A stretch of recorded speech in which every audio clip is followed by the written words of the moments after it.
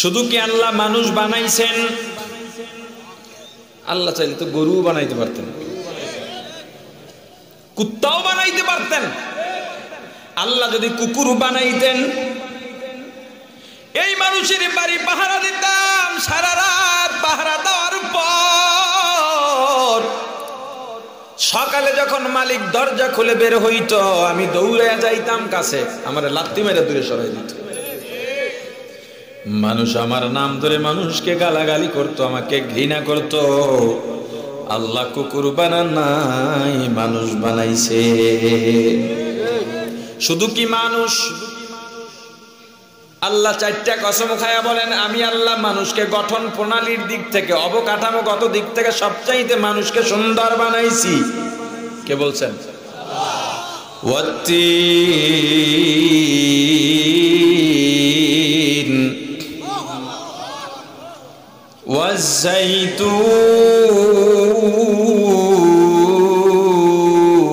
ওয়াজ্জাইতুন ওয়াতুরি সিনিন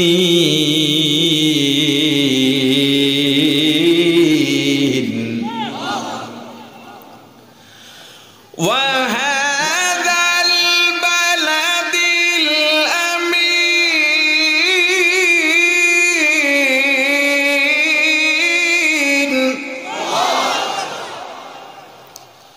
লাকাদ খালাকনাল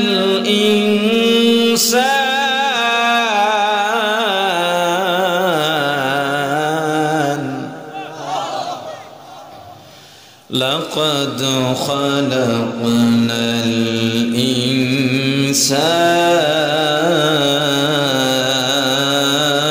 الإنسان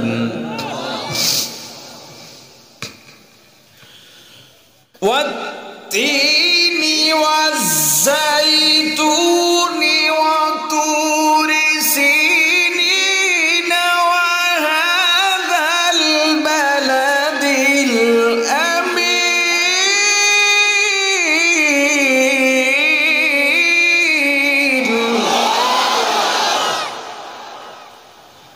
لقد خلقنا الإنسان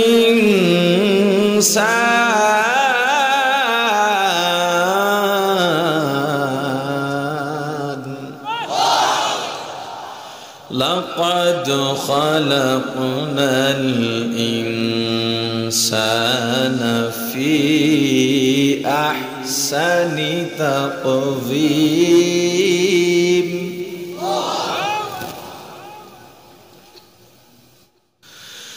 لقد خلقنا الإنسان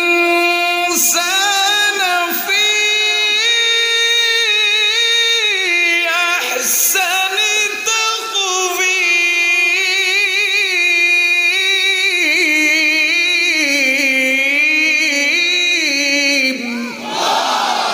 আল্লাহ চারটা কসম খায়া, আল্লাহ চারটা কসম খায়া বলেছেন, লাকাদ খালাকনাল ইনসানা ফি আহসানি তাকওয়িম।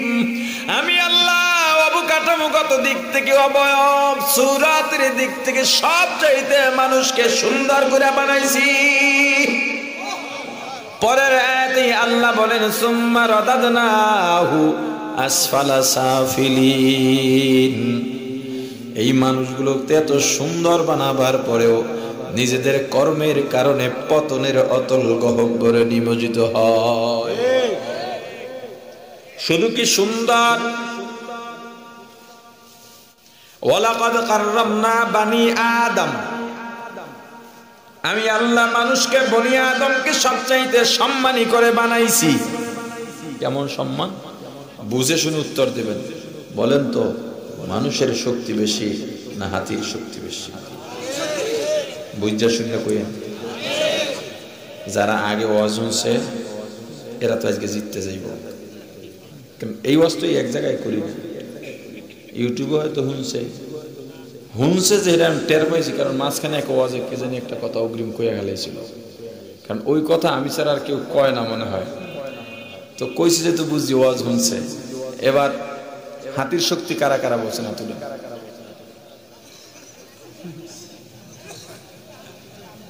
উড়ান, ডর নাই তো, উড়ান। হাত নামান। মাইন্সের শক্তি বলছেন কারা? হাত উড়ান, উড়ান। একদল আছে কোনো কুলি উড়াই না, আমি নামাজই পড়ি না। হাত উঠান না, উঠায় রাখেন যারা মানুষের শক্তি বলছেন। এতগুলা মানুষ, একটা হাতি যদি ছেড়ে দেওয়া হয়, পারবেন হাতির লগে?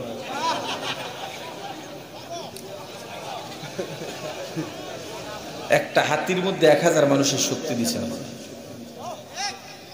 সব ধ্বংস করে দিতে পারে একটা হাতি। কিন্তু এই হাতিটার পিঠে 12-14 বছর একটা ছোট্ট বালক দোকানের সামনে গেছে চাঁদাবাজি করার জন্য, চায়ের দোকান, পানের দোকান। হাতি শু বানা দিছে, দোকানদার 10 টাকার একটা নোট দিছে। বাচ্চা উপরে বসে পায়ের বৃদ্ধাঙ্গুল দিয়া হাতির কানের গোড়ায় একটা খোসা দিছে, হাতি শু দিয়া টাকাটা ছুঁড়ে ফেলছে। দোকানদার বলে হাতিওয়ালা, হে মাহু, ছোট্ট বালক শোন, আমার বেচা কিনাই বাকি, আমার আয় রোজগার কম, 10 টাকায় আমার কাছে অনেক বেশি, এটা নিতে কত? হাতিরে ওই পোলায় বাম পায়ের বৃদ্ধাঙ্গুলি দিয়া আবার হাতির আর এক কানের গোড়ায় খোসা দিছে, হাতি এবার টাকা লইছে। এই যে ছোট্ট একটা বালকের কথায় হাতির টাকা নেয়, টাকা রাখে, বসে ওঠে, ভয় পাইয়া। কেন বলেন তো?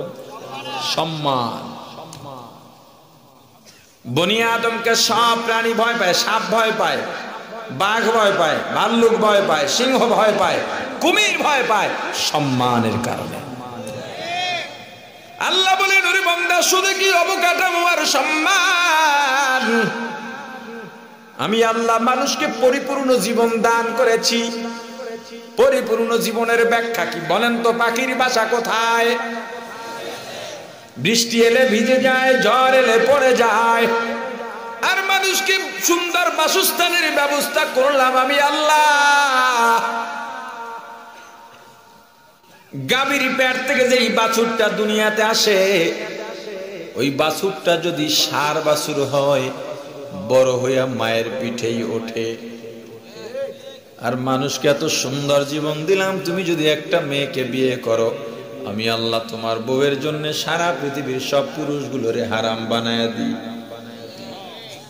বান্দা, তোমার অনুভূতি প্রকাশ করার জন্য তোমার মুখে আমি আল্লাহ ভাষা দিলাম। দিনের পর দিন, সপ্তাহের পর সপ্তাহ, মাসের পর মাস, বছরের পর বছর, যুগের পর যুগ মনের ভাব প্রকাশ করতে আসো। মনে তোমার মনের ভাব প্রকাশ করা শেষ হয় না, কথা বলতে আসো, মুখের ভাষাও শেষ হয় না।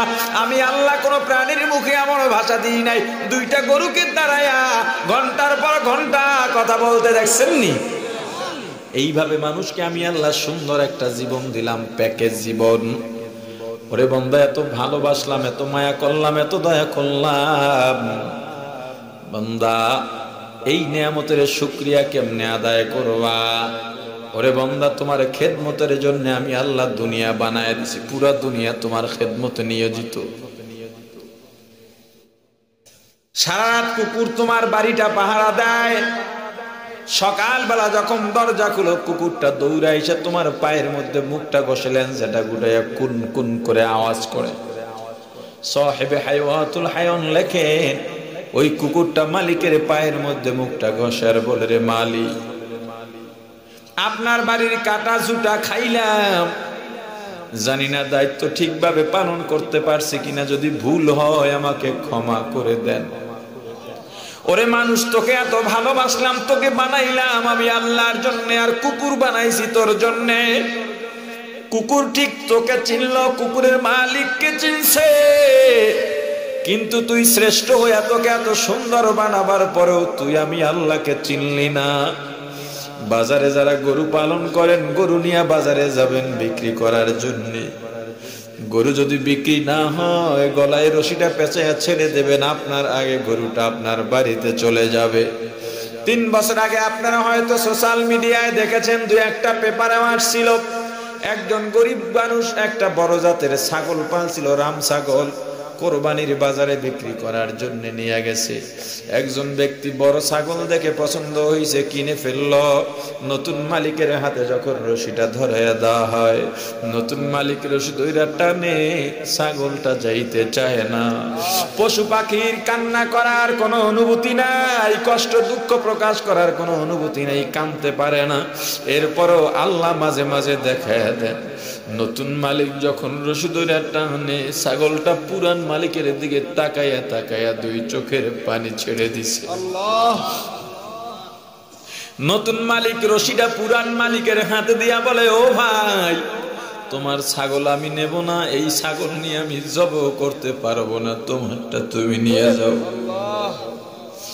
পুরান মালিক মাটির মধ্যে হাঁটু গেড়ে বসে গেছে।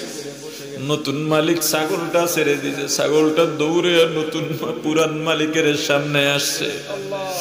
নতুন মালিক ডাক দিয়া বলতেছে, রে ছাগল, তোকে বিক্রি করার জন্য তোর আমার বিবিও কান্দে, ছেলে মেয়েও কান্দে, তোর প্রতি মায়া জমে গেছে, তোর আমাদের প্রতিও বুঝি তোর মায়া জমে গেছে, কিন্তু তুই যদি ওই মালিকের সাথে যাইতে না চাও, আমরা গরিব মানুষ, আমাদের না খাইয়া থাকা লাগবে।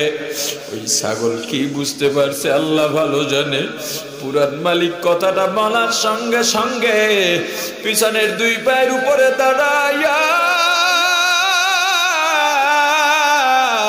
সামনের দুই পাও পুরান মালিকের ঘাড়ের উপরে দিয়া গালের মধ্যে একটা চুমু খাইয়া বিনা কথায় নতুন মালিকের সাথে রওনা হইয়া গেছে। একটা ছাগল মালিককে চিনল, কুকুরও মালিককে চিনল, একটা গরুও মালিককে চিনল। তুমি আমি কেন চিনলাম না। কয়েকদিন আগের ঘটনা, আমার বাড়িতে আমার একটা গরুর ফার্ম আছে, বড় জাতের একটা গরু, বাচ্চা দেওয়ার একদিন পরে হার্ট অ্যাটাক করে মারা গেল। ওই বাছুরটা কি বুঝছে জানি না, গরুটা যখন ভ্যানে উঠায় নিয়ে যাওয়া হয় দাফন দেওয়ার জন্যে, ওই বাছুরটার মায়ের দিকে তাকায়া তাকায়া কাঁদতেছে আর দুই চক্ষু দিয়া পানি পড়তেছে। কারো হাতের কিচ্ছু খায় না। আমার বাড়িতে গরুর ফার্ম যে দেখাশোনা করে, ওই ছেলেটা যখনই ওর কাছে যায়, বাছুরটা দৌড়াইয়া ওর কাছে যায়। বাছুরটা মনে করছে এই ছেলেটাই আমার মালিক। এত অধম হয়ে গেলাম, এত অধম হয়ে গেলাম, এত নিকৃষ্ট হয়ে গেলাম। আল্লাহর দেওয়া আলো বাতাস গ্রহণ করতেছি, নিয়ামত গ্রহণ করতেছি, কিন্তু আল্লাহকে চিনলাম না, মালিককে চিনলাম না। এত দয়া করলেন, এত মায়া করলেন। গভীর রাতে মেহমান আসছে বাড়িতে, মেয়ের জামাই আসছে, ইজ্জতের ব্যাপার, দোকানপাট বন্ধ, এখন কিছু আনাও যাবে না। জামাই আসছে, নতুন জামাই, মুরগি ছাড়া কেমনে খাওয়াই? একটা মাত্র মুরগি আছে, বাচ্চাওয়ালা মুরগি। কি করব, ইজ্জত রাখাও তো দরকার। বাচ্চাগুলো রেখে মুরগিটা জবাই করে রান্না করে দিলাম। আয়েশ করে খাওয়া দাওয়ার পর আনন্দে গল্প করতেছ, অথচ সকালবেলা যখন মুরগির খোপটা ছেড়ে দেওয়া হয়, মুরগির ছোট ছোট বাচ্চাগুলো খোপ থেকে বের হয়ে একদল ডান দিকে দৌড় দেয় আর একদল বাম দিকে দৌড় দেয়, আর টেউ টেউ করে মাকে খুঁজে বেড়ায়। আল্লাহ বলেন, ওরে বান্দা খা খা। এরপরও আমি আল্লাহ তোর উপরে গোসা করি নাই, রাগ করি নাই। আমি আল্লাহর নিয়ামত দিলাম তোদের জন্যে, নিয়ামতের শুকরিয়া আদায় কর। কে নিয়ামত দিল? ওই আল্লাহকে চেন। গরুটা দিয়া হাল চাষ করলা, গরুটা যেখানে ঘুমায় সেখানেই প্রসাব পায়খানা করে, একটা মশারিও দিলা না। হাল চাষ করে ধান উঠাইলা, কোরমা পোলাও খাইলা, গরুটারে ধান চাউলের ভাগ দিলা না। আবার গরুর বাছুরটাকে, গাভীর বাছুরটা রাত্রে দূরে বাঁধছো। সব বাচ্চাদের রাত্রে ক্ষুধা লাগে, বাছুরটা রাত্রে ডাক দিছে, ও মা আমার ক্ষুধা লাগছে, দুধ দাও। গাভী ডাক দিয়া বলে, ওরে বাছুর, আমাদেরকে আল্লাহ বানাইছেন এই মানুষের জন্য, বুনিয়াদমের জন্য। ওরা খাওয়ার পরে যা থাকবে তারপরে তুই খাবি। সকালবেলা বাছুরটা ছেড়ে দিলা, বাছুরটা আনন্দে লাফাইতে লাফাইতে, ক্ষুধার যন্ত্রণা, ক্ষুধা এখনই নিবারণ হবে, আনন্দের সঙ্গে দৌড় দিছে। মায়ের ওলানে গিয়া যখন ওলানের বোটার মধ্যে মুখটা দিল, দুধ টান দেবে এমন সময় তুমি বোটার থেকে মুখটা টান মাইরা ছুটাইয়া আর এক বোটায় দিছ। আবার দুধ টান দেবে এমন সময় আবার টান দিছ। বারবার বাছুরটাকে ধোকা দিতেছ। টান দাও, বাছুরটা তাড়াহুড়া করে ক্ষুধার যন্ত্রণায় আর এক বোটায় আবার মুখটা লাগায়। ওরে তো খাইতেই দিলা না, আবার দূরে নিয়ে খুঁটির সঙ্গে বেঁধে রাখলা। যতক্ষণ বেঁধে রাখলা বাছুরটা ওখানে বসে ডাকলো আর লাফাইলো। তুমি এমন ভাবে দুধ দহন করছো, গাভীর ওলানের মধ্যে এক ফোঁটা দুধ নাই। বাছুরটা ছেড়ে দিছো, বাছুরটা লাফাইতে লাফাইতে মনের আনন্দে আবার গিয়া মায়ের ওলানে যখন মুখটা লাগা,